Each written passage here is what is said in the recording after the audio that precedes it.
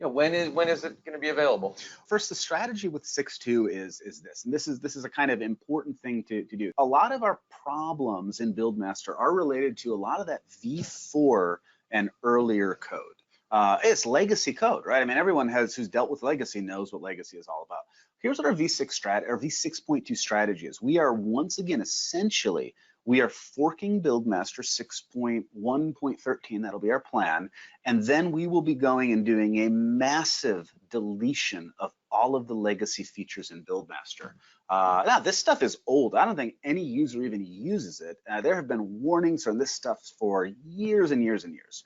So that's sort of the phase one, is to clean out all the legacy things. We will ship that as a beta. Our goal is to ship this as a beta version, and we'll probably get new installations doing it very early on. I mean, if you're not using legacy plans, if you're not using legacy, any of this variables or any of that other nonsense, it's barely that kind of works, but like, anyways, so that's our 6.2 plan, is to do that. For those who have, we've had actually I had a support ticket about this. I saw on this morning someone asked about this, migrating from one instance of BuildMaster to another, right? That's exactly, like, we have an old instance, we would love to migrate some of our applications and data.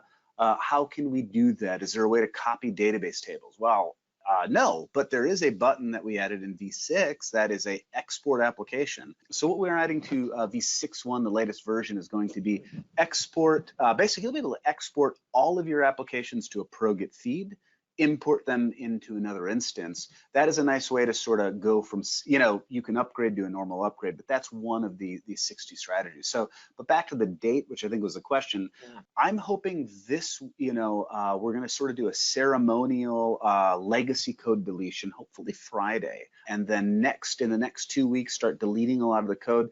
I think by the time that we have 6.1.13, we can simultaneously release an early preview of 6.2. It ought to work. It just won't have any legacy features, So, and we'll start using that internally pretty quickly. So I don't have an answer other than that, but we want to get it out as soon as possible because it's an important thing. And I think I talked about last time. Did I mention packages and containers, Mike, in our last one? How they're first class citizens? In the roadmap? Yeah, I think so. How they're first class. Yeah.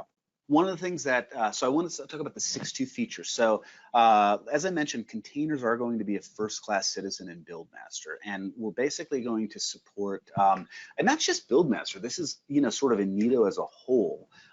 We really want to have this notion of supporting you in developing private containerized workflows. I've been getting pretty hands-on with learning how containerized development works, and it's a mess. Like, I don't know how the heck anybody does it internally, right? It seems fine if you're distributing stuff to the public Docker hub, but it is a real pain to use private Docker registries, have any sort of sensible workflow internally.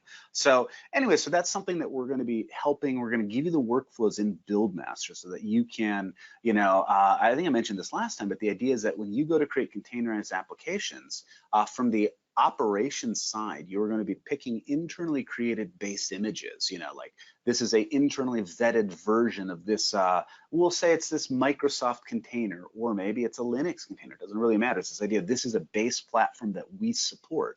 Then you build your applications on top of that. So that's the BuildMaster workflow. What's going to come in ProGet? Actually, I was just working on that yesterday with some of the dev team on this. One of the things that we're going to be doing inside of ProGet is having containers, a lot more visibility. The biggest thing that we're seeing right now with this is making tags a first-class citizen in ProGet. So when you think currently the container images work a lot like Docker Hub, which isn't very good, we want to make it such that you can, when you're treating, when you're uploading containers, when you're working with containers inside of ProGet, we want those to feel like packages. We want you to see, you're uploading containers to ProGet, pushing them. You should treat them just as if they're in-house private applications. So we're going to have patterns to do that. We're going to have a lot more insight, visibility into containerized applications, and even let you start to peer into that. So